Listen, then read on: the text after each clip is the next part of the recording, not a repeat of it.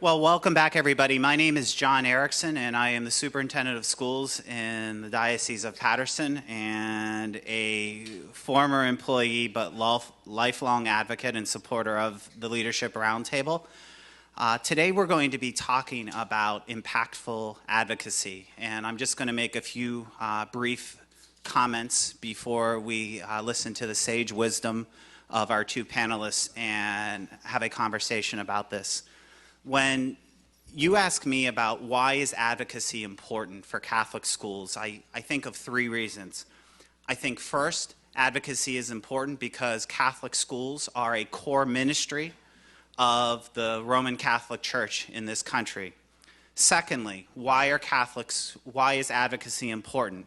Because frankly, without Catholic schools, the cities, towns, counties, states, and even this country could not deliver education to all of the children if it were not for Catholic schools. And that's just a simple reality that we live in. Finally, why is advocacy important? Because Catholic schools and the leaders it has produced, and more importantly, the good, faith-filled people that it has produced and continues to produce, has really been a bedrock of this country, both in the past and in the present, and it needs to be in the future. How we're going to frame this conversation, both the two panelists today are going to give you two examples of an aspirational and an actual approach to advocacy, but hearkening back to a time when I had the privilege to work with Gino Fernandez at McKinsey, and he kind of scarred me and both trained me. We think of these things in basically three ways. What's the issue? So for advocacy, what are you advocating for? What's the instrument? Who's doing it? And how are you going to do it? And what is the timeline for this? So today we're going to really look at sort of issue, instrument, and timeline for two approaches to advocacy on behalf of Catholic schools. With that, I'd like to introduce our two panelists today. I actually think they don't need introduction, but we're going to do it regardless. The first person I'd like to introduce is a good friend and a tireless advocate for Catholic causes throughout the entirety of his career, Frank Butler. Frank is the president of FADICA, which is Foundations and Donors Interested in Catholic Activities. It is basically a consortium of private foundations interested in Catholic programs and institutions. Before Frank's time at FADICA, he was also the domestic policy director at the United States Catholic Conference of Bishops for over 8 years. And most importantly, and I think as you know and how we know him, Frank really is the person, if you want to get some really good advice on what's happening in the church, what needs to happen to the church, Frank's the one you go to. So I think a title doesn't capture his true gift to the church. Our second panelist today is Christine Healey, and in the spirit of full disclosure, I'm going to disavow all knowledge and any sort of working relationship I have with Christine in New Jersey. But regardless of that, Christine is the executive director of the International Education Foundation. The International Education Foundation offers a number of different programs. One is the Catholic School Development Program, which actually, as Christine and I have talked, I think the acronym does a disservice to the tremendous amount of value that this program can add, both in sort of philanthropy efforts as well as enrollment and sort of excellence as far as Catholic schools. Christine also chairs the board of the Catholic Partnership Schools in Camden, New Jersey, and to say, if you think of a stool with 3 pillars, Christine is 2 pillars of what is supporting the 5 Catholic schools in the city of Camden. And then finally, and I think she'll talk about this more in this panel, Christine is the co-founder of We Can Do Better New Jersey, which is an organic grassroots organization that is seeking to mobilize Catholics across the state in support of issues of importance with regards to legislation in our Catholic schools. So without further ado, I'm going to turn it over to Frank Butler. Thank you, John.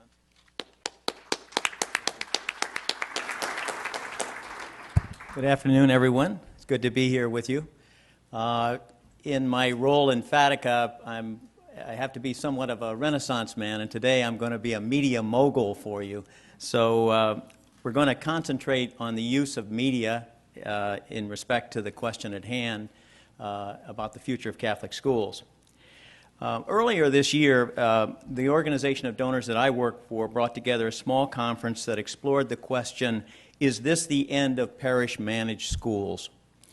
And Boston College's President Bill Leahy set the tone of the discussion with a frankly stated opinion. He said, quote, "I do not think the traditional parish school as it is understood by us will be viable in the future unless there can be a school endowment, a subsidy from the parish or the diocese or the archdiocese, or some kind of partnership with a larger institution." And most of you know that BC has partnered with the Archdiocese of Boston in that respect.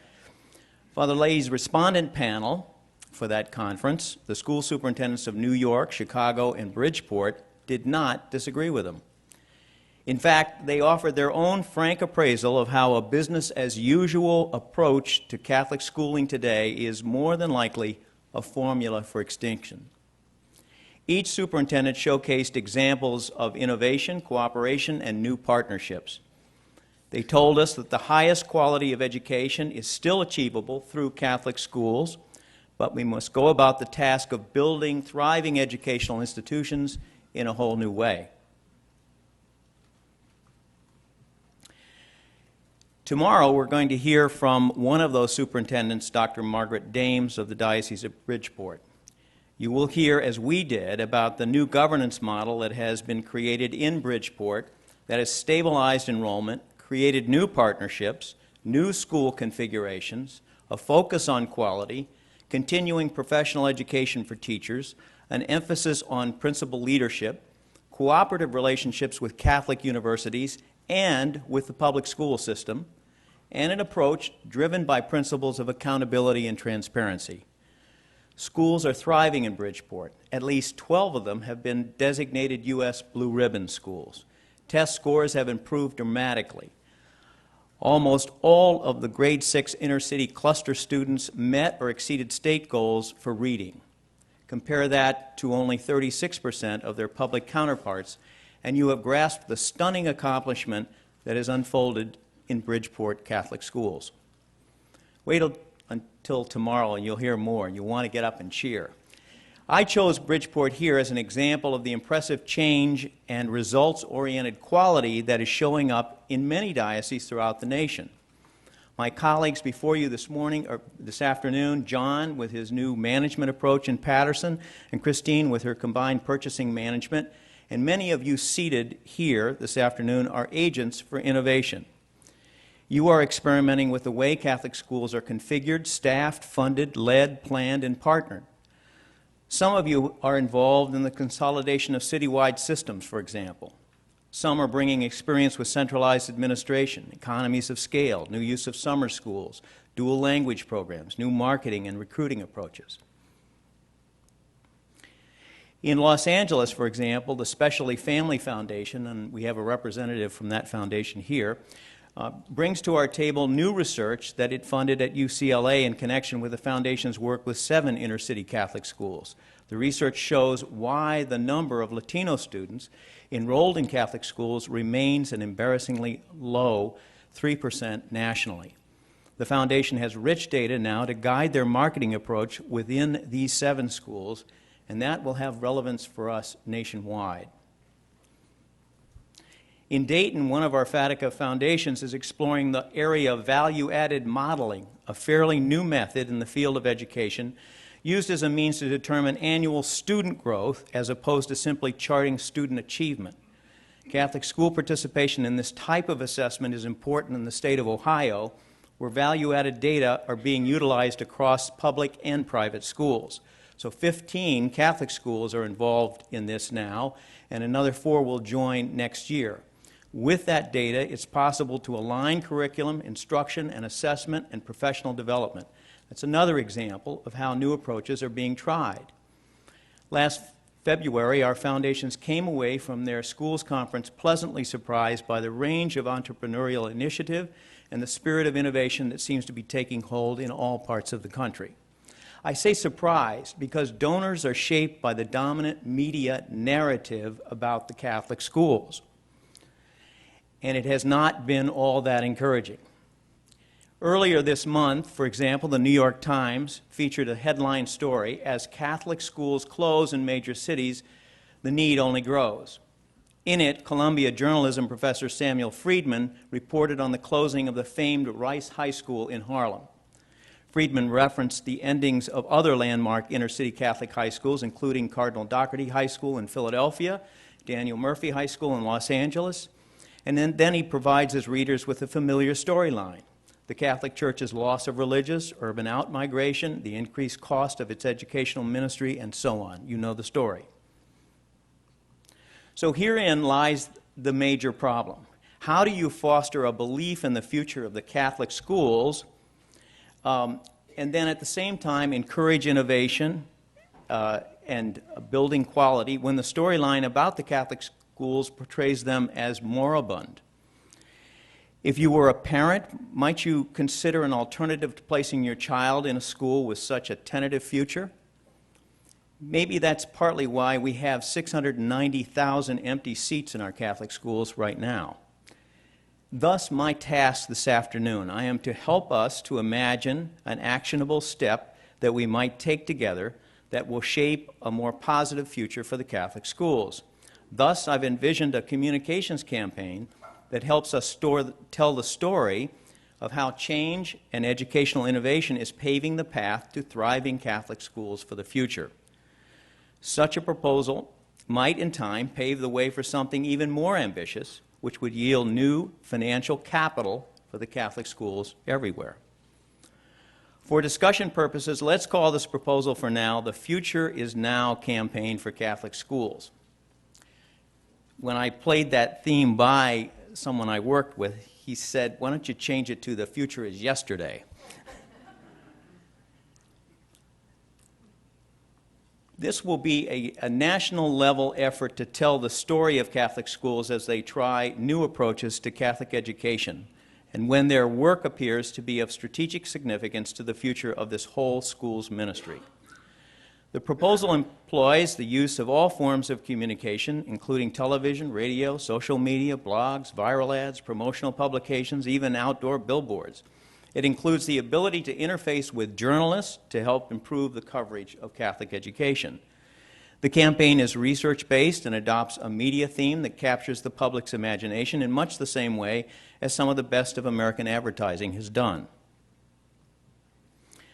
We all know Apple's Think Different ads, or the U.S. Army's Be All You Can Be recruitment campaign, or Nike's Just Do It, or Hallmark's When You Care to Send the Very Best. These campaigns demonstrate the ability of public relations not only to contribute to important corporate objectives, but they are inspirational and often reflect positive social images. The Future is Now Catholic Schools campaign would tell the story of what our best schools can do and what values drive them, and what they mean for their students, their families, and their communities. The campaign would lift up examples where innovation, strong leadership, and success in human advancement is at work. The campaign would not be manufactured hype, but rather based on a real portrayal of the religiously motivated schooling grounded in the belief in human dignity and the transformative and liberating power of a great education. We have a compelling story to tell America.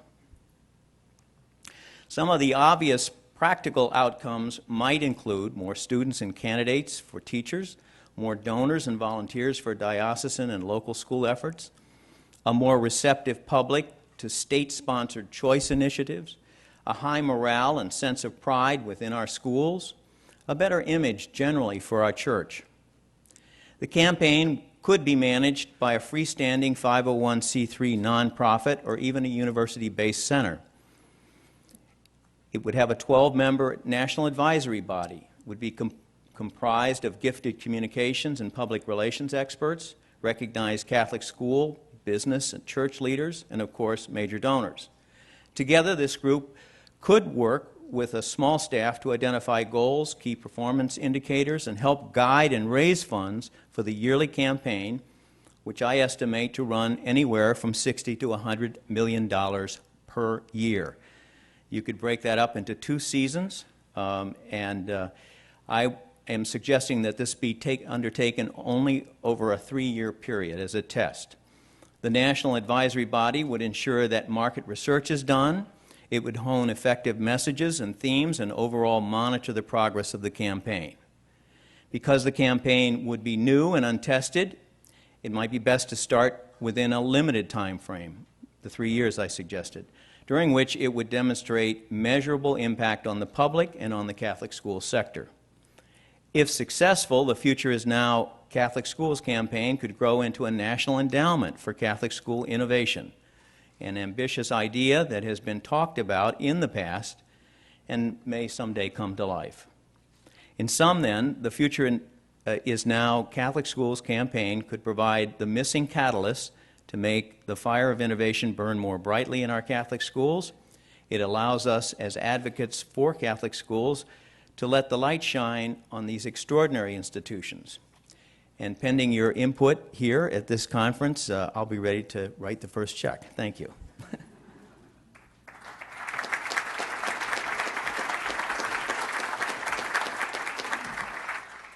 And now Christine Healey. I feel quite honored to be here next to Frank and John. I'm really out of my skill set. I'm a nurse by trade, right? What do I know about education? So the first thing I wanted to address is why Catholic schools matter, just to talk about that for just 1 minute.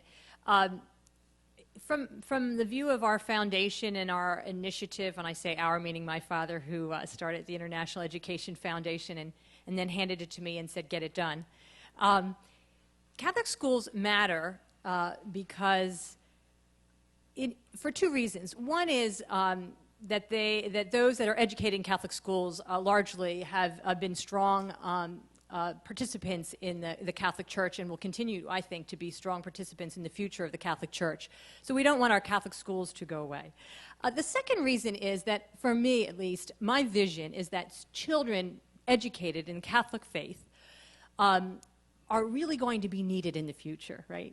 We have a lot of tough problems we're going to face in the 21st century. We need children educated in Catholic schools in the faith, right? Very smart, academically stellar, with a sense of discipline for life. These are the children we need. And those that are even in urban centers, who may or may not be Catholic but are educated in the faith, who have had themselves to come out of places like Camden and face really tough troubles, they will be needed to solve the problems in the 21st century. So I can't agree with Jeff Boissy more when he says we need to be all about our commitment. You know, commitment at every level. And, you know, it's a scary thing because these problems are really tough. But I just want to say, you know, it's kind of like do your homework, but jump and the net will appear, right? So, so just that's the kind of why. But just to kind of jump off from what Frank was saying, which was really important and great concept, right? We really need that national campaign. I cannot agree more. But I would say then we need advocacy at the state level, of course, right?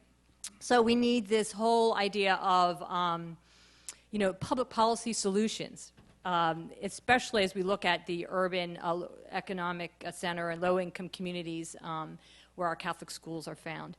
And then I would even say we need to take it all the way down to the grassroots level in Catholic schools. We need to teach the folks in Catholic schools how to be advocates for themselves in the public policy area, and also in just realizing how to get about the business of sustainability, which is being driven by their mission, really living it and knowing it, really having stellar leaders, you know, pastors that preach from the pulpit about Catholic education, and then even bringing it down to you know, empowering laity, which, you know, stability in the church, in the schools.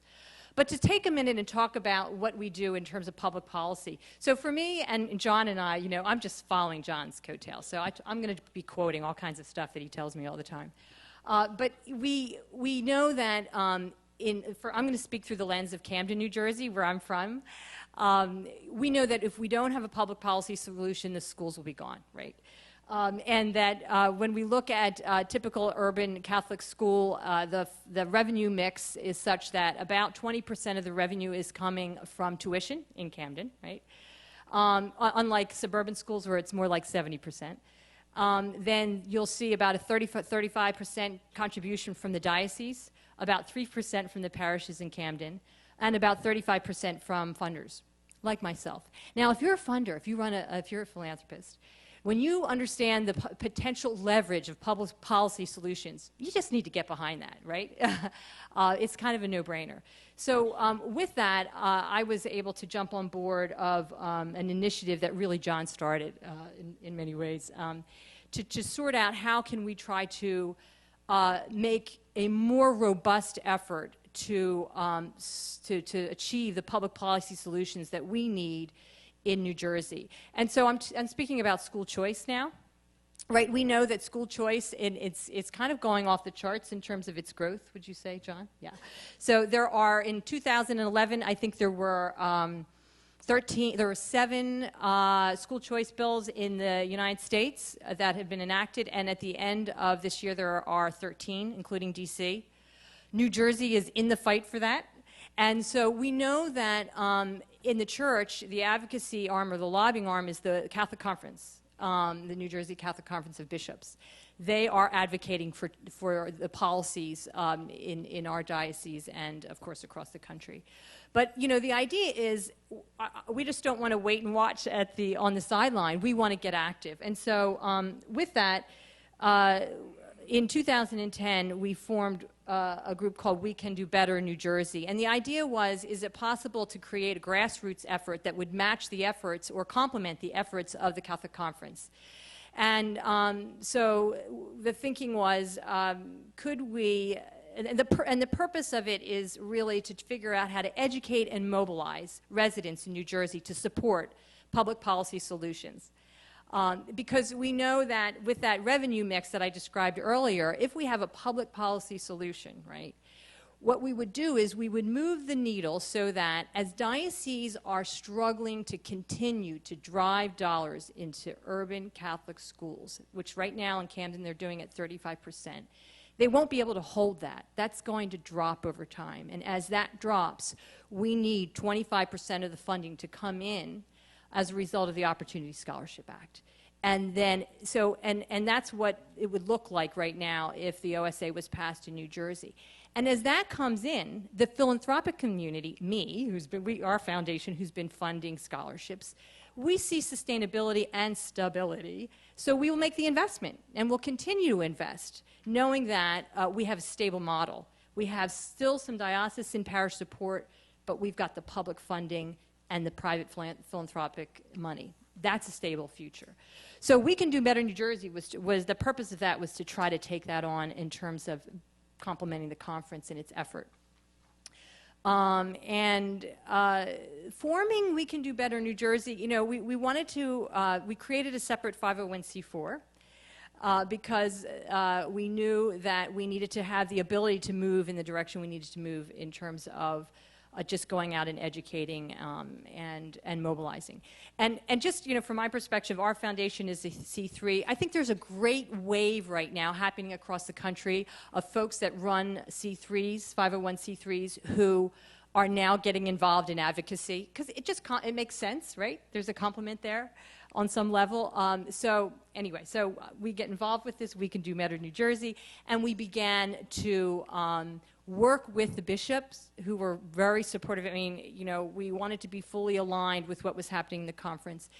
Work with the superintendents, you know, who are out there doing it, the network coordinators that have been out there in schools, and reach out to all the parishes and schools and begin to align them. And in New Jersey, our goal was to align 100,000 Catholics throughout the state. There are 5 dioceses. You know, we can do that. Right, John? And so with John and his marching orders and also being funded by some really visionary folks who are completely, as Jeff would want to know, very committed to Catholic education, we began. And, you know, I don't know, John, if you want to jump in about anything that we've done. Sure. And, well, I guess just to add a little bit to that, one of the things at least we saw, and what we're talking about in New Jersey, is something called the Opportunity Scholarship Act, which is tuition tax credits or scholarships. for failing in districts with failing public schools. One of the things, at least, we saw is that I don't want to say the opposition, but those who are not in agreement with this have hundreds of thousands of members and are funded at tens of millions of dollars to do ads, et cetera. I think some of our strengths are a mission that transcends salaries and a belief of what has been, what is, and what could be.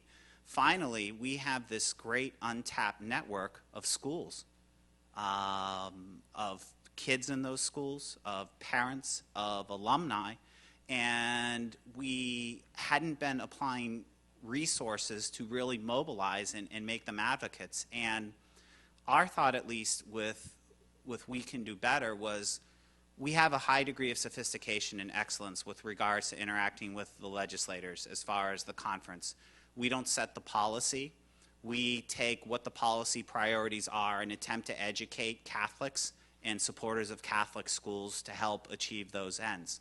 So, and Christine actually, I think, gave you an example of what happened to me after I became a superintendent. I lost the ability to think strategically. I now operationalize everything. You know, it's like, and what I mean by that is, like, my wife now says, "I love you," and I say, "Okay, if that is the case, then what we'll do is we'll plan a dinner and we'll do sort of." So I'm going to give you a couple of the little operational things that we're doing, which I think add value.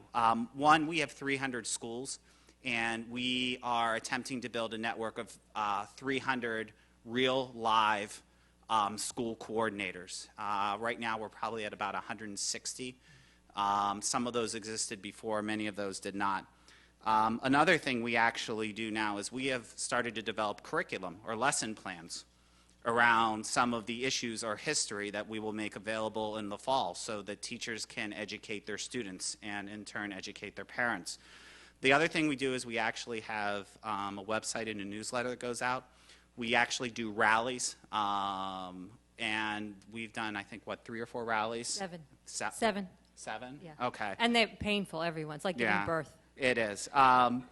The other thing we do, too, is election-related advocacy, and we haven't done this yet, but it's important for a C4 because you can be a little more muscular than a C3 can as far as what the activities are. We haven't deployed them yet, but we actually have voters' guides for different districts, and we make it very clear who's in favor of and who's opposed to school choice and tax credits, and we have begun to, for lack of a better word, show a little leg on this of what can happen. I will tell you that the last thing about this is actually Patrick McCluskey mentioned this. There's this great scene in the movie in The Gangs of New York where people are coming to attack the church and Catholics stand up in defense of that. I think one of the things, at least in some places, is that legislators don't take Catholics seriously and don't take the vote seriously and don't take it as a constituency seriously. And our goal is for them to take us seriously.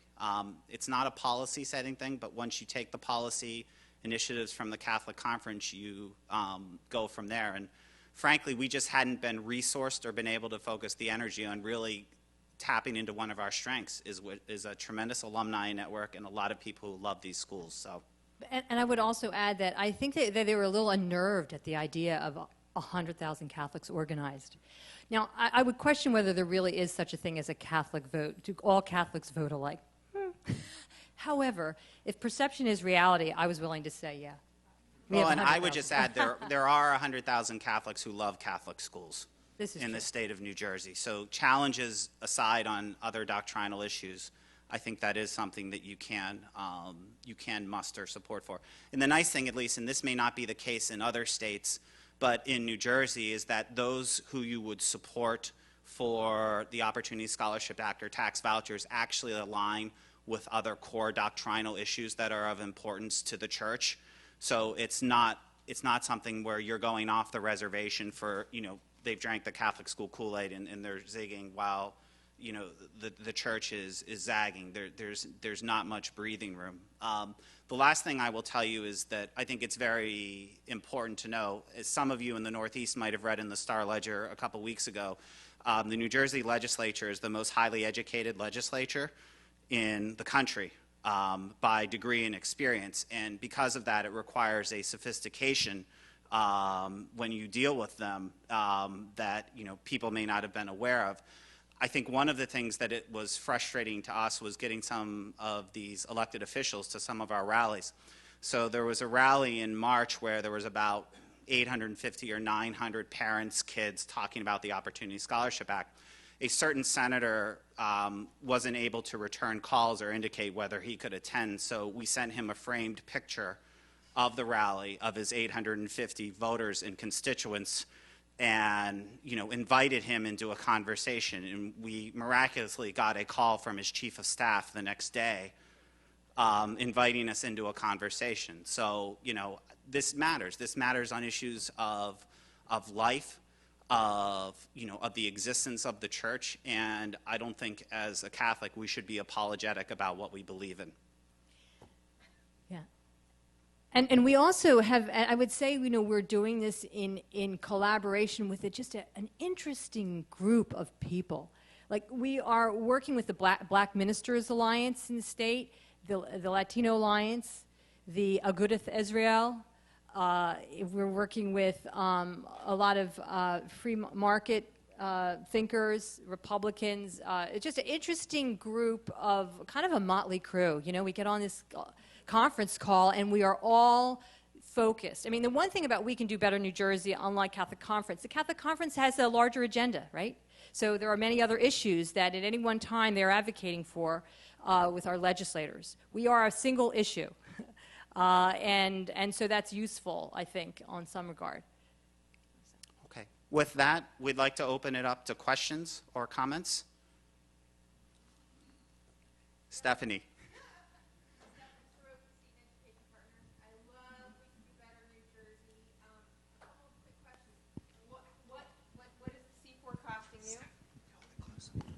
Couple of quick questions. What is the C4 costing you? Question number one. Question number two, I mean, a huge reason why we've seen the gains in school choice legislation proposed and passed has been direct money to candidates who have subsequently won elections. And then, thoughts about that role in achieving your ends in New Jersey? And third quick question is, which I forgot, so those two. All right, Christine's going to do the philanthropy one, and I'll do the... Do you mean how much they're funding us? Yes. Yeah, well, just to say, I mean, the cost. We put together $200,000 when we started out. We've probably spent, I don't know, I would say a third of that now at this point, really. I don't think the costs are off the wall at all. I mean, we have a sizable amount, but really, it's a lot just more elbow grease. There's a lot of hard work. And a certain degree of willingness to take a risk. I mean, I don't think we were, if we were a new entity, I think that there were a lot of folks around us who were nervous about what we were doing. There is this challenge between what is the role of a 501c3, right, in terms of, a social, supporting a social cause. Then you move into the C4, which does education and mobilization and membership, right, to advocate on issues. And then a 527, which is what you're speaking about, which is, a PAC, a political action committee, putting money into campaigns for those who would support your cause. Wow, those lines suddenly start, when you start talking about it and you get really passionate about how we're going to make it happen, you have to have some discipline to, your organization. And so the thing that I think that we were able to bring, and you can bring this in kind, is some expertise, both legal to form the C4, and there's a lot of in-kind support. So we really haven't had to spend a lot of money. So I think we have a fair amount in our coffers, but we just really haven't spent a whole lot of it. And so that's been our experience, I would say. Yeah, as far as the candidate part, this is, and it varies from state to state.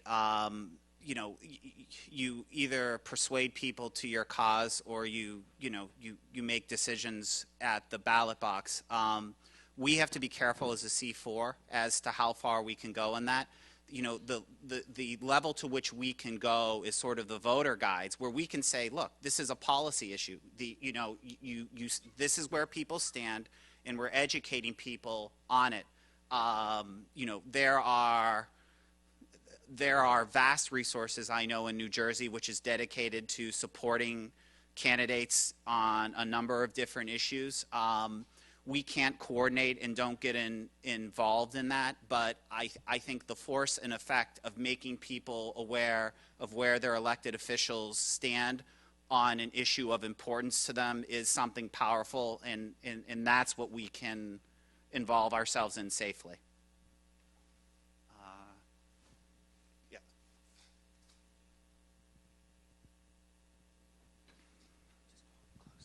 Great job, really phenomenal idea, phenomenal campaign, Christine. Two questions, both for Christine and Frank, somewhat related. One is, I'm curious about the reception that you've had from the local Catholic schools, and you're trying to organize their parents and the teachers, because we've seen a lot of resistance, even though they're there with us, because they really are focused on their craft, right, which is teaching. How do you get around that? And then secondly, Frank, if you had your campaign when Christine has her campaign, and they were together, would we have a bigger impact? And if so, how could we get that done? Just about, and John can comment on this as well, but about the schools. We have developed this really great relationship with the superintendents in the diocese, and I look at Monsignor Hanbury from Newark, who, you know, works really hard at this with us, and the network coordinators. And Joanne Tier. And Joanne Tier. I'm sorry, Joanne. Gosh. And, you know, and the network coordinators, you know, whose role is to communicate to parents and families in schools. And with them and us, you know, we're making it happen. And so it's just about, it's like elbow grease. It's like time, being in front of them, keeping at it and at it and at it. You know, it's just hard work, I think, at the end of the day. And also, you know what, I don't know that they've ever had the talking points or have been focused on the real issue. So for them, really getting them on board of what this will mean to their future. I mean, at least in Camden, I mean, no one could be more aware than the leadership in the schools about how on the edge every single day they are, really, you know. And the passion of the folks that come out to these rallies is amazing, really, when you get them going. And the interesting thing is, we go out, I've gone out and spoken at parent-teacher conferences and I mean, at parent-teacher meetings, and like Christ the King is a very wealthy community in Haddonfield, New Jersey, and you know, I heard that we have a coordinator in that school, and I heard that they didn't really think that this issue was important to them. This is really about Camden and, like, you know, what's it mean to them. So, you know, I went out and addressed it with them and spoke to them and said, look, you know, I talked to them about the fact that just what's happening in Camden and how we have children that are basically, you know, unable to read and graduating from Wilson High.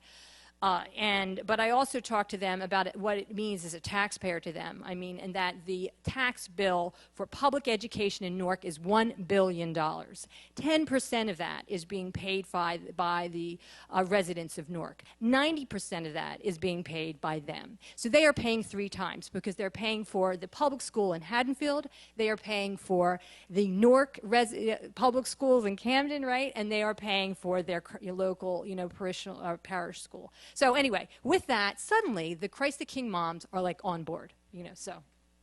Well, that's a powerful point. I think, you know, telling the public what good these schools are achieving and how they're saving the taxpayers, I think is a very important thing. It's been understated. I don't think the general public understands this dimension. So, to answer your question, I'd see this campaign as complementary of that, as it tells a story maybe from the national level. You could build it much like a presidential campaign, where you have media markets and you run them at certain times that are effective, coordinated with people on the ground who are trying to advance a state initiative. But ultimately, this is the end game for these schools, is to get the public to support what's going on in them, and to see that these are valuable for America.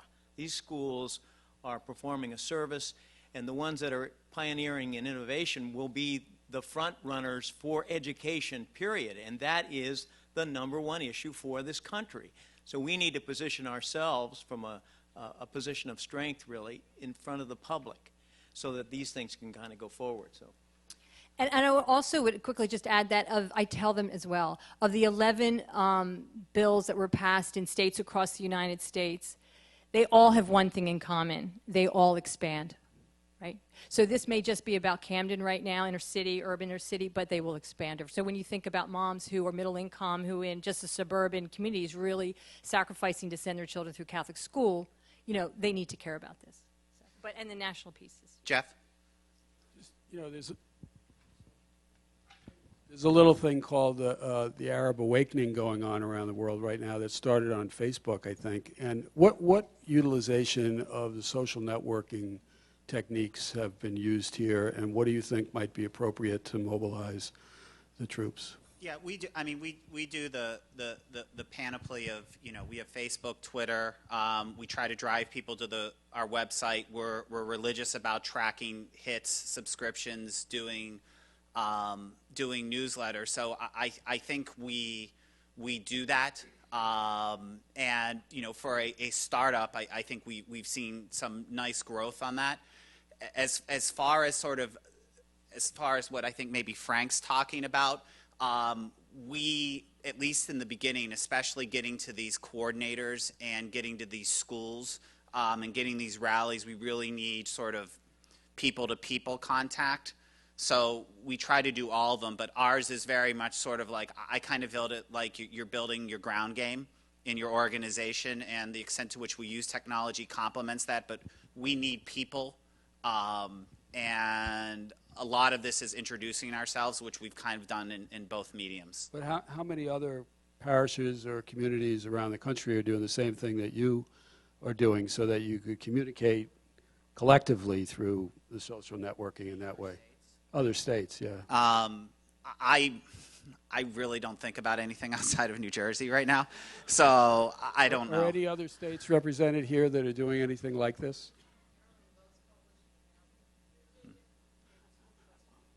Would it be helpful in your effort if you were connected with or working together with another 100,000 families, or, you know? Yeah, I mean, I would say this. One of the things, at least selfishly, we've kind of, you know, we've co-opted content. We've taken content from other, you know, and I mean, I think the really smart people don't reinvent, and they just kind of take from others if it's out there. And so we've tried to do that. But, you know, it's helpful. You do, you know, ACE advocates. There's a number of different things out there. I don't want to overstate it, but we are very much interested in awakening and mobilizing the presence surrounded around these Catholic schools.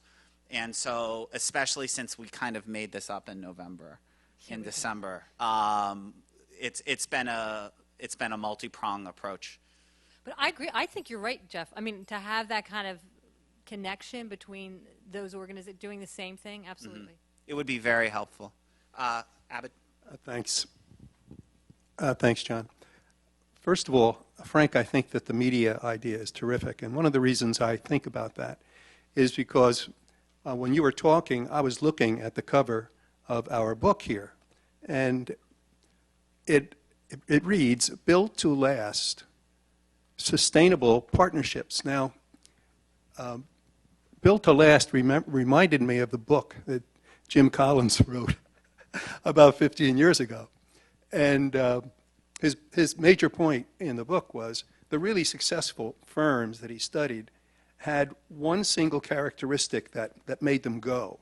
And he called it a BHAG, a big, hairy, audacious goal. We have a BHAG. That's what you guys are talking about, and yours is going to be one of its engines. I'd like to add to something that Christine talked about, a new gimmick or a new approach that I think we should not ignore, because there's another source of revenue out there that we haven't spoken about yet. There is a diocese in New Jersey, which New Jersey is an interesting, or the geography of this diocese is very interesting. The northern and eastern part of it is really urban and very, very poor. The western part of it is upper middle class for the most part. That diocese has a school where the tuition is over $20,000 in the western part, the green, hilly, forested part of the diocese. Whereas the other parts of the diocese have many, many failing schools that are barely existing. Think of doing this. Maybe every diocese in the country should do it. Count the number of independent schools, Catholic schools, that may be charging $15,000, $20,000, $25,000.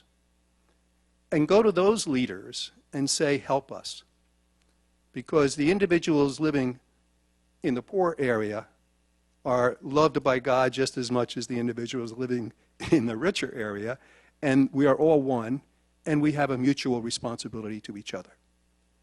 There was a school in this leafy part of the diocese that began just that. And when the program began, the leadership at the school were worried because they thought that when we made appeals, when the school made appeals to the big donors, they would stop or decrease their giving to us. The reality is they didn't. We created a number of devices, like increasing the number of parents at this particular school on the board of the board of the institution in the diocese that really raises a lot of money for the schools. And so a number of those parents from this leafy school got onto that board. And that created a little engine which helped the leadership of the school, which tried to convince the parents of the school, particularly the main donors, about the significance of caring for the schools in the other part of the diocese. So the experiment began about 3 years ago, at a time when that institution raising money for the failing schools made about $600,000. And now, because of the incorporation of the large, large number of the parents from the Leafy School, that is making, it's going to close in on $1 million this year because of one dinner and 2 letters from the leadership of the Leafy School to everybody in that Leafy School. And people got on board. The leadership then did research on the giving. And it turned out, and those of you who are in development know, that the giving did not decrease to the Leafy School. But the giving from those parents in the Leafy School added tremendously to this institution's fundraising. So it's very easy, very interesting. And that's typical of fundraising. If somebody gives $1,000 a year to this particular cause and nothing next year, or nothing that year to another cause, if asked and if pressed a bit, and if reminded of the significance of taking care of the poor, they will give the $100,000 or even more to the Leafy School or their particular favorite, and still give significantly to the poor. They will not decrease their gift. So the fear of making a request of this to the independent schools or the wealthier schools in other parts of the diocese is not well-founded. That's just another idea for your toolkit. Thank you. Yes, yes, yes. Tom.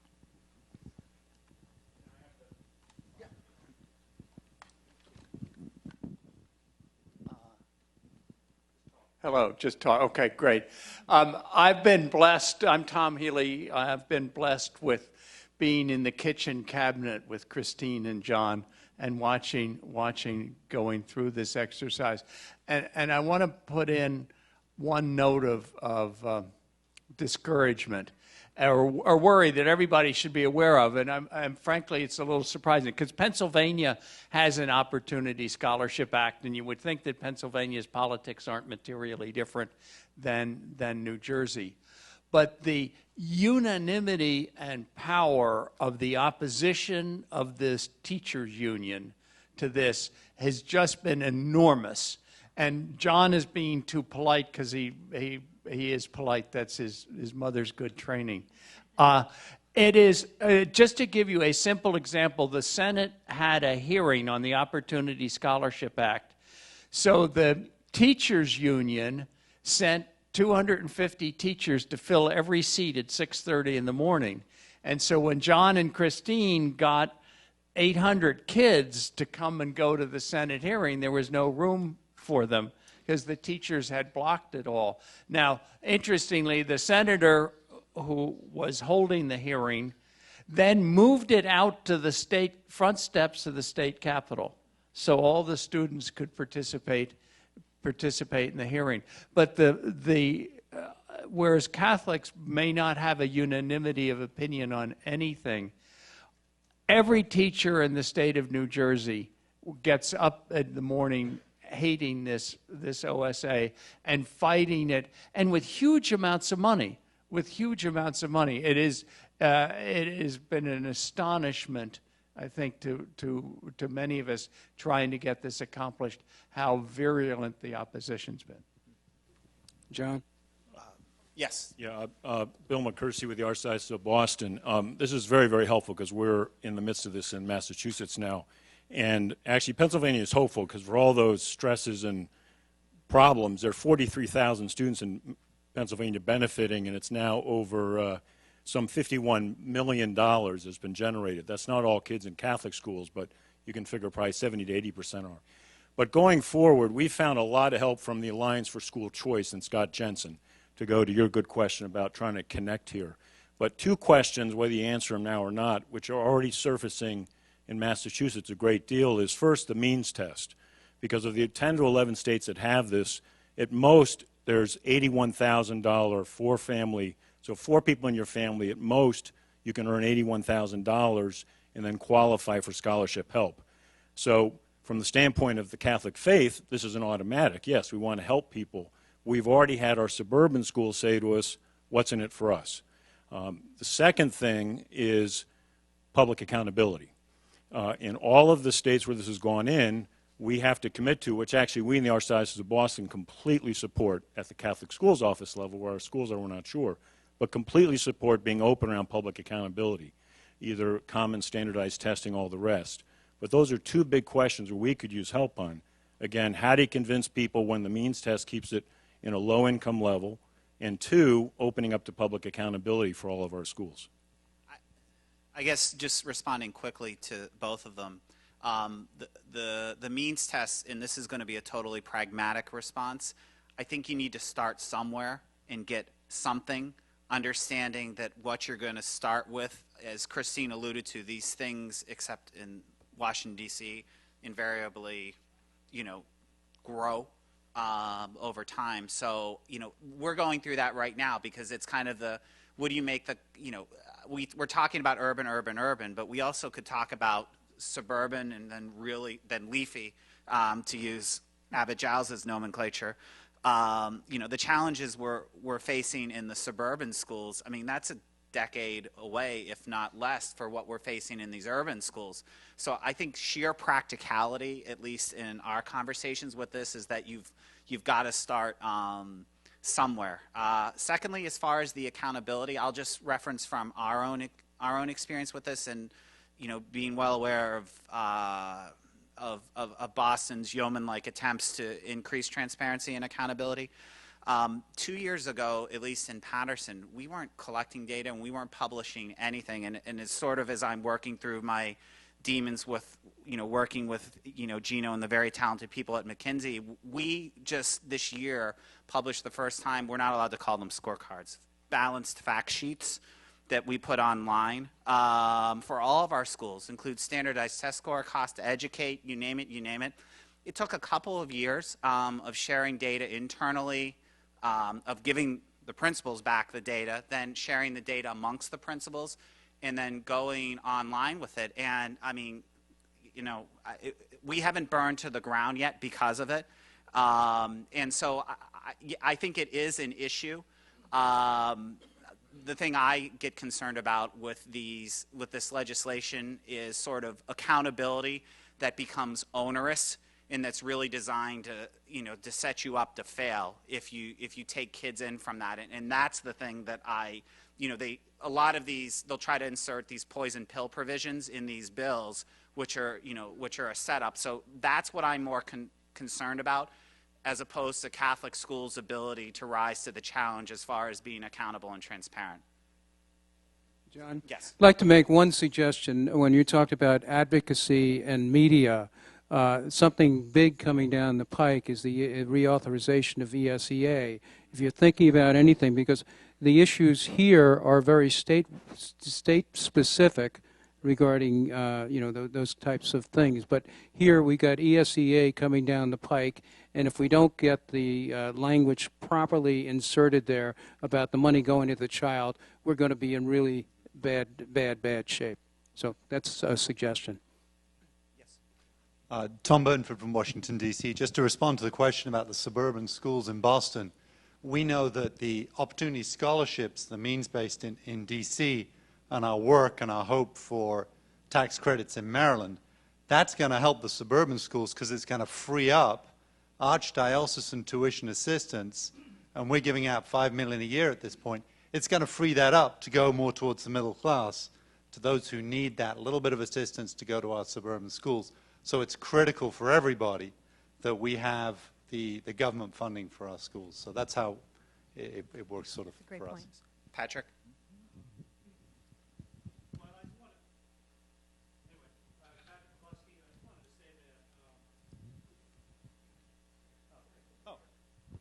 Hello. I think all these ideas are great. Frank, I think it's fabulous to get some kind of national communications thing going. Is fabulous. It is so hard to write about anything Catholic, especially Catholic schools, for a whole host of reasons. It's even harder to get anybody to publish it. There is no distribution. It's hard to get another article because there's no network there for people for the downloads and all that sort of thing. So we don't get our message out there. We don't get it supported, and the papers don't take notice. I mean, I can throw things at the New York Times that if there were an audience, they would write, but they don't want to.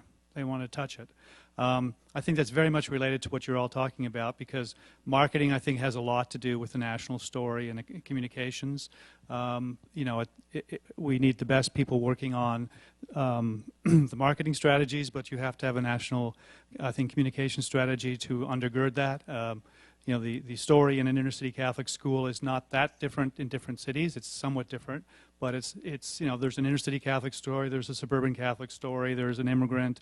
There's only 5 or 6 or 7 different kinds of schools, and we need those stories told in a way that creates an audience and gets supported and gets out there. And on the basis of that, you can build a lot of advocacy, because then people will know the story, understand it, support it, and then when you're up against the teachers' unions, we can fight fire with fire. They're fighting us nationally with money and with support and with a lot of journalists on their side. Why can't we fight back? I mean, ultimately, it doesn't matter how much money they have to contribute if their politicians get voted out of office. And so if there are 6 or 7 states in any given year with legislation, why not have a national focus on those states? Yes. Oh, thank you. Tom Groom, Boston College. What the wonderful work, I'm going to follow on after what a lot of other people have said, but what the great work that John and Christine are doing in New Jersey obviously has to take place in every state. But this is where Frank's proposal, I think, is masterful and is a wonderful, typical Frank Butler blue sky idea that I really hope we take very, very seriously at this gathering, that it is possible. Now, it's difficult to get the word out, but it is possible to tell a story about Catholic education that can sell, that can be tremendously convincing. Now, we've got to debunk the myths and the stereotypes, that it's not some kind of a narrow, sectarian, proselytizing, indoctrinating process, that this is a rich, humanizing education, and that the values that undergird Catholic education are, in fact, great universal values.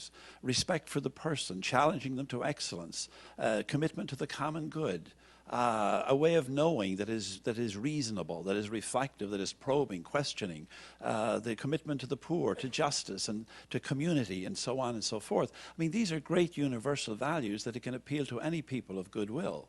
So getting that told, and getting it told in a convincing, compelling way at this point in time, I think would then support the efforts of all of the individual states as well, in a very significant way. Jeff. Actually, I'm going to go Tony first, then Jeff. Okay. Tony DeSapio with ACE Consulting at the University of Notre Dame. I agree with Dr. Groom and the focus on this campaign. I think we can look at it as a national campaign to re-elect Catholic schools, in a sense, and putting it in the presidential sense. I had a comment about the big, hairy, audacious goals, and then also comments about parallel work streams. So I do believe, I appreciated the work you did with outlining what we'd need operationally for this campaign in terms of a working group, a board that would oversee it.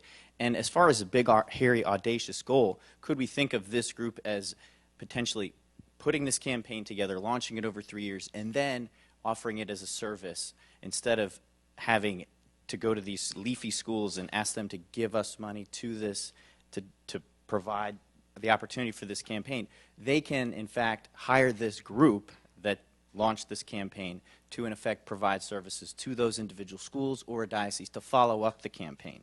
So I think if we think about this as a big, hairy, audacious goal, this group that could launch this campaign could then become a revenue-generating source for future campaigns and work in that. And I think investors would be excited about that. And as far as parallel work streams, I do believe this advocacy at the grassroots level is an important parallel work stream. I think launching this campaign is important. If we do this campaign without having a parallel work stream around an endowment so that every audience that's inspired or impacted by this campaign has an action step that they can follow through with, I can invest into this endowment.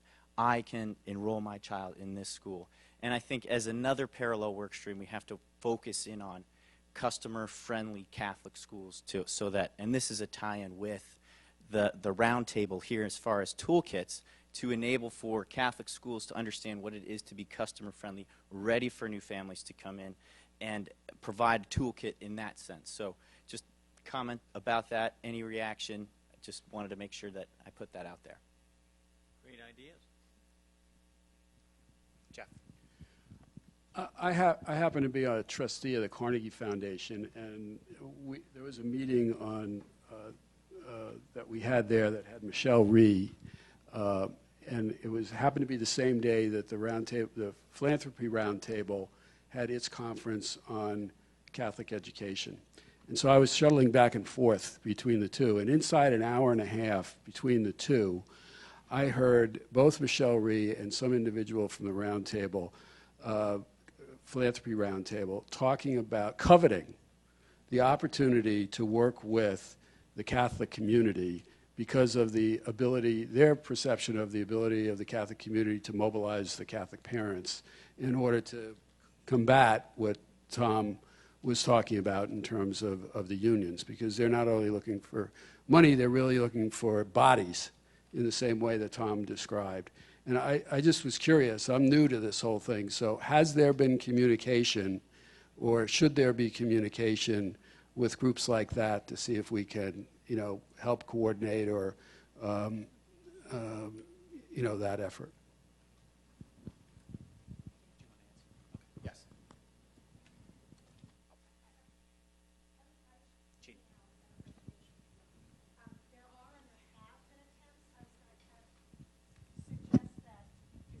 Phenomenal. It's important that we look at history, though, before we jump, because having been involved in this more than 20 years across the country, all of the things we're saying are right, but they don't tend to get done unless you have someone like a Christine and a local group that does parallel a Catholic conference that goes in at the same time. And that's one of the things that we haven't had an appetite for whatever reason. And it's better now than it's ever been. It's better in Pennsylvania as they work to expand the OSA. It's better in New Jersey. It's better in pockets. But it's still not nowhere near where it is, because we all tend to have this top-down. We'll send the letters floating down. The monsignors, the parish, the diocese will all float that down to the schools. Everyone will show up. and they go home. But the reality is these folks need constant, it's like dripping water, constantly on them when they go to their districts, when they wake up in the morning, when they're at the school, frankly, when they're at church.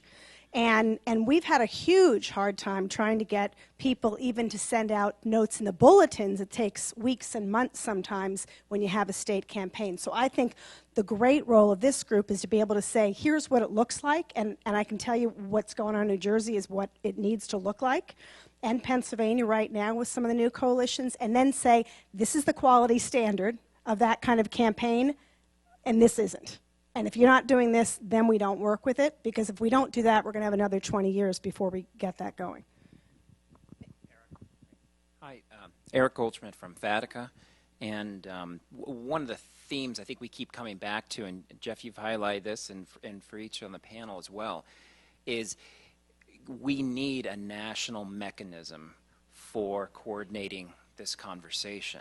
And if our advocacy is localized, we're going to fall back into our diocesan approaches or our parochial approaches where we're not sharing our best practices across the nation.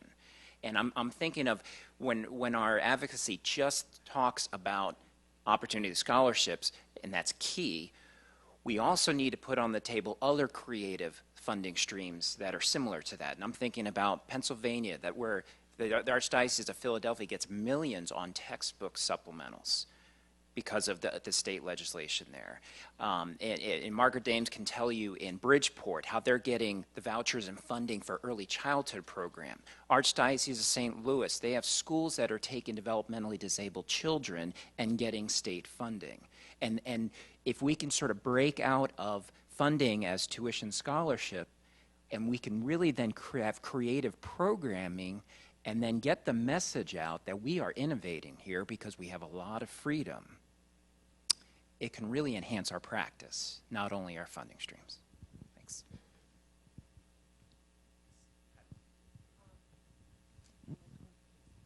Patty Whitesell O'Neill.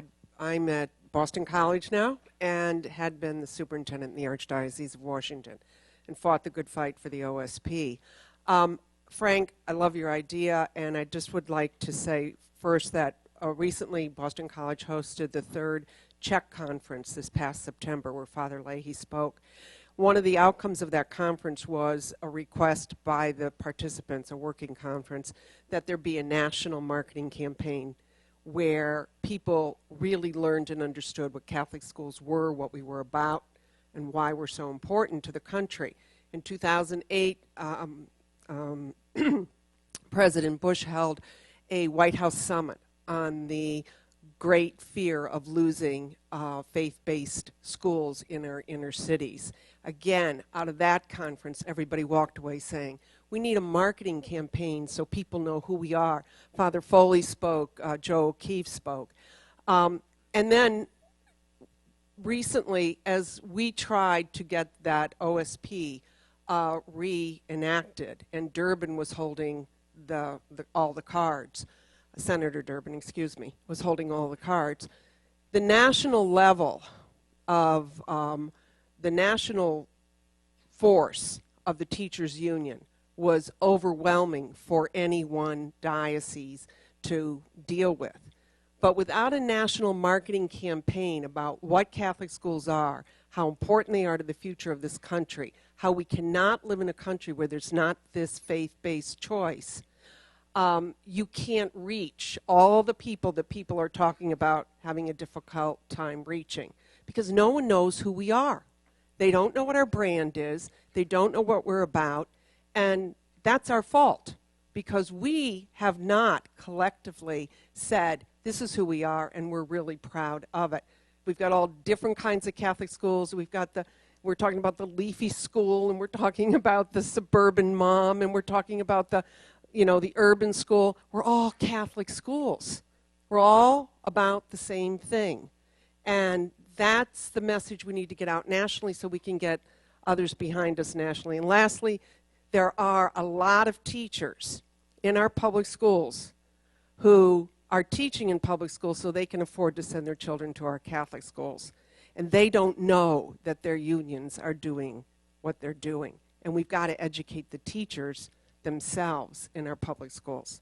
So. No, well said. Yes. I'm Margaret James from the Diocese of Bridgeport. Thank you for your nice remarks, Frank. I appreciate them so much. I'm going to, I love the idea of the National Endowment. I'm going to go into another area since we're a think tank here, which I'd like you to consider. In Bridgeport, we've been very successful with partnerships with the public schools. And what we've done is we've written grants with 2 of the large urban centers. We've actually gotten a GE grant to fund a whole high school of engineering because we partnered with the public school system. And we now have a mayor who's kind of looking at the idea of sending some of the inner city students to our schools because they're doing so well and saving money in doing that. I'm not saying this is an answer, but as Jeff said before on the Charlie Rose show, cooperation is really important. So if we cooperate, the public schools are scared to death of charter schools. They feel they're taking away their students. I mean, we're looking for tax credits, not for charter schools at this point. So I think that's just something else I'd like to put on the table for consideration. Thank you. Hi, Deb Estes, Specialty Family Foundation. Frank, your talk was music to my ears because we are just taking a pause from a 6-month pilot project for the 9 schools we work with to market them. We had radio and television ads. We have billboards posted. We've done a door-to-door marketing campaign. And we're now stopping to take a look at where do we go from here? What's the cost-benefit analysis? And we had a lot of enthusiasm and excitement around the LA Archdiocese about this, and other funders wanted to join us, but they couldn't because the program was being run through us. And a 501c3 can't give to a 501c3 typically. So one of the things that you talked about was a national 501c3, which would be the answer to that big issue that we're facing in LA in trying to continue on with this marketing program. I just want to add one thing. I know the Lilly Foundation at one point did a really major marketing campaign. And this was some time ago. I met with some folks out there. And the one thing that they learned was that the schools better be ready to receive the attention that they're going to get. They need to be able to pick up the phone. I mean, that sounds crazy. But we really, when we're going to drive it, we need to be really on that so that they know how to engage an interested donor or mom who wants to enroll their child. And that, we miss that, but that's part of it too. So. Yes. Hi, Michael Montalongo for the Arlington Archdiocese. I just want to piggyback off the comment that was just made about partnerships and expanding the tent a bit. I wonder if there would be any utility in extending what we're trying to send this message on with other faith traditions and the schools that they run.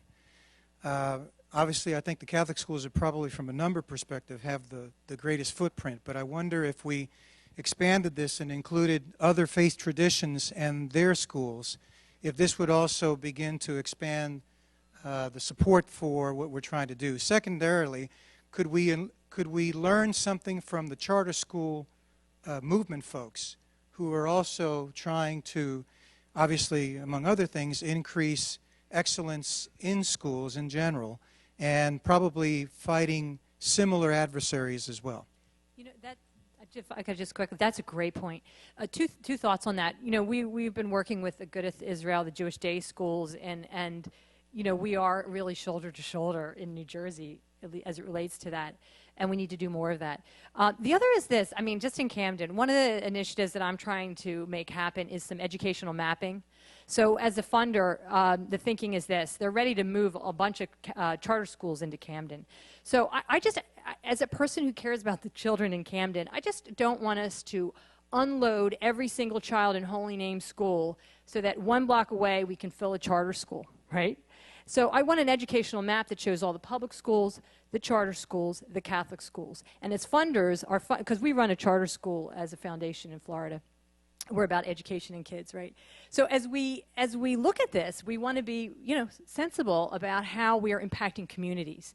And I think that way we have a common ground to have a conversation. That educational mapping is happening in Philadelphia. The Reinvestment Fund did some policy mapping for them.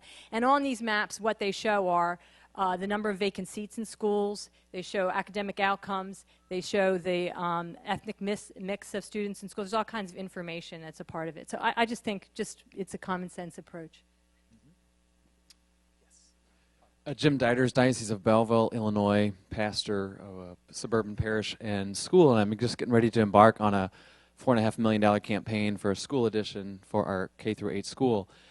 And Frank, I'm energized by this Future is Now campaign. I was wondering, does any of that include, while doing a campaign on a national level and promotion and PR, does that even include possibly a template for either a diocese to use or a parish where I'm putting my resources into doing a, Why Catholic Schools Matter campaign locally?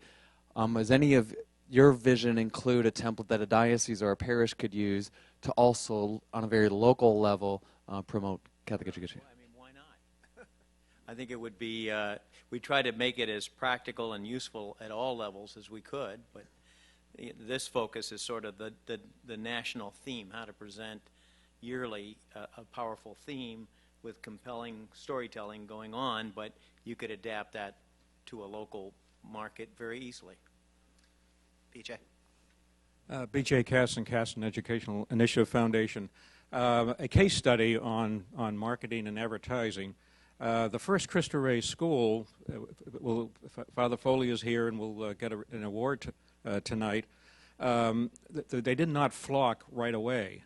That school was open to primarily a Latino community, and when they saw the school, this was by their heritage, this is private, it's going to cost, and it's for the intelligentsia, the higher class people. And so what he was faced with was a marketing issue. And he put a big sign up on the outside so people really knew where it was. Did advertising on the side of buses, billboard advertising, a case in point. And today that school has 550 with a waiting list. A case in point of marketing. And I would add, BJ, many of you saw the 60 Minutes coverage of Father Foley, and that was very, very powerful and a real awakening, I think, across the country of what he was doing and how innovative it was.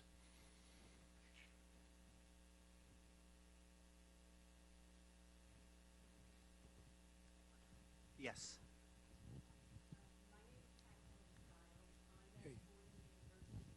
For Catholic School Leadership. I'm new to this group. I'm delighted to be here representing the dean. It's a flat world anymore, and he's working in London with Catholic schools over there in terms of school leadership. I'd like to go back to what I believe I heard Frank Butler speak to when he spoke about this national campaign. It was to be a campaign of branding Catholic school education by highlighting the innovative programs that currently exist but perhaps are overlooked because they think they're ordinary when they're really extraordinary. I have worked 40 years in Catholic education in the Brooklyn Diocese, so I know urban education. I know tough advocacy in New York State and all the rest. But I want to go back to the media campaign. It's not just a campaign for survival. It's a campaign of allowing both the people who are currently in the schools and the people who perhaps don't know about our schools to recognize the life and the greatness and the promise for the future. We're people of hope. I want the young people studying leadership at Fordham to have that hope that there will be a time for them to step into those leadership roles and exercise and operationalize some of the dreams that they have. So let's not miss that piece of the campaign. The other thing is, I am seeing in New York things I never thought I would see in terms of a more national approach to education. The fact that now teacher evaluations in New York State are going to be reflective of student scores on tests. Things I never thought the teacher unions would give up, and they did because of Race to the Top and the federal funding that came along with it. So I'd go along with what we heard earlier. We have to keep an eye on what's going on at the federal level to make sure the benefits that non-public schools, particularly Catholic schools, have been able to benefit from are not lost in the way the legislation gets changed, and also be ready to recognize that while education is local and state-driven, we're in a country at a time when we're beginning to look nationally. Common Core standards are going to drive student assessments. You know, back in the day, we'd say that happens in France. It won't happen in the U.S. I think I'm going to see it happen. So a national campaign for sure, with all the sophistication that business can bring to that. You alluded to the way a presidential campaign is run. There's so many fabulous things. And then, of course, we have to enact it locally so that the person who does pick up the phone picks it up with a spirit of grace and a spirit-filled moment so that we can keep that conversation going. Yes. This is going to be our last question. Yes. Or comment. Pat McGrory with the Rascott Foundation. One of the things that we see in the various conversations that we have with schools across the country is that sometimes there's a gap, or in some cases a canyon, between the involvement of the diocesan schools and the private schools. And Abbott touched on this a little bit in his leafy example, but I think when we're having this conversation, or Frank, your proposal around the Future Is Now campaign, is that there really needs to be, that distinction to some degree needs to be taken away. You know, it's not just about diocesan Catholic schools or private Catholic schools, but it's about Catholic schools. And sometimes that territory is a little bit too defined. And sometimes the great success stories that we often hear come from the private sector. You know, the private Catholic schools that are run by, you know, orders, not just dioceses. And we're going to take one more curtain call with one more comment or question. I was getting it from the back, yes, and the front, no. So I found out the common place for a bishop to be. So Limbo. I just have some thoughts going through my mind. I'm going to try to make them very quickly. They're not focused. Usually I let my superintendent do this kind of discussion and then come give me the answer. But now that I'm here listening, I wonder if anyone's ever done a survey to find out what the total dollar cost is for all the Catholic schools in the United States for 1 year. And then ask the question whether the Catholic Church in the United States has enough resources to actually pay that bill if it wanted to. I think that goes to the will of the church. It seems like the original part of the church's mission in Catholic schools was funded, was kind of driven by a real passion to hand on good education when it was being denied their children, but also to keep their children, pass on the faith to them as well. It was that sense of evangelization as well as education. And you talk about advocacy, all this is outside. We're trying to convince everyone else outside that Catholic schools are good. But in fact, when I was in parishes, the first parish I went to was a new parish in Dallas. It was completely filled by people that came from the north.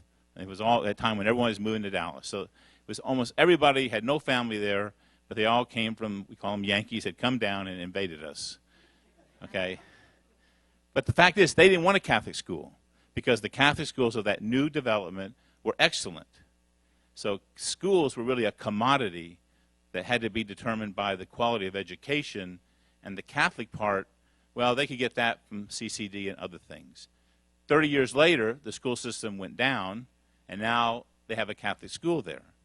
So school, in that sense, is kind of a commodity. And you see it now in the middle class making a judgment on going to school because if they go to Catholic school, but if the child wants something specific in the public school, well, they go to public school. If there's a special charter school or magnet school that's of the same quality. So the Catholic, it comes down also to a matter of advocating, some kind of reviving a sense of mission in the church for schools. Because I think it came to mind when someone mentioned back here that as one of the lower income schools were getting help, the people in the more upper middle class schools said, well, how does that help us? That kind of, what you talk about in terms of Catholic and divisions, and there needs to be a certain advocacy to ourselves, a self-evangelization, if you want to call it that, to tie schools to the core mission of the church. We talk about one big, hairy goal, big goal, okay?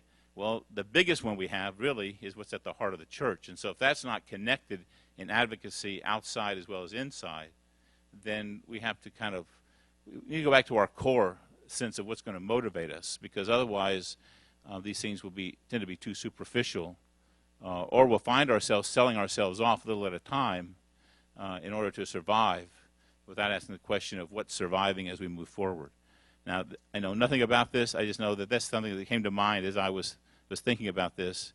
And so some self-advocacy might be good, or whatever you want to call it. I think that's a great point, Bishop. And I think people in this room would probably join me in the observation that we really don't see that articulated that much in your own Episcopal conference about the Catholic schools. There's no real priority attached to that. I mean, I've looked at your priorities as a conference. And the puzzle is, why not the Catholic schools up there with the other priorities on immigration, et cetera? So I think there's a real criticism, if you will, that the leadership itself has to articulate, particularly that point, to the Catholic flock of the value of these schools. That's why we have 1 out of 10 of the school-age kids in the Catholic schools.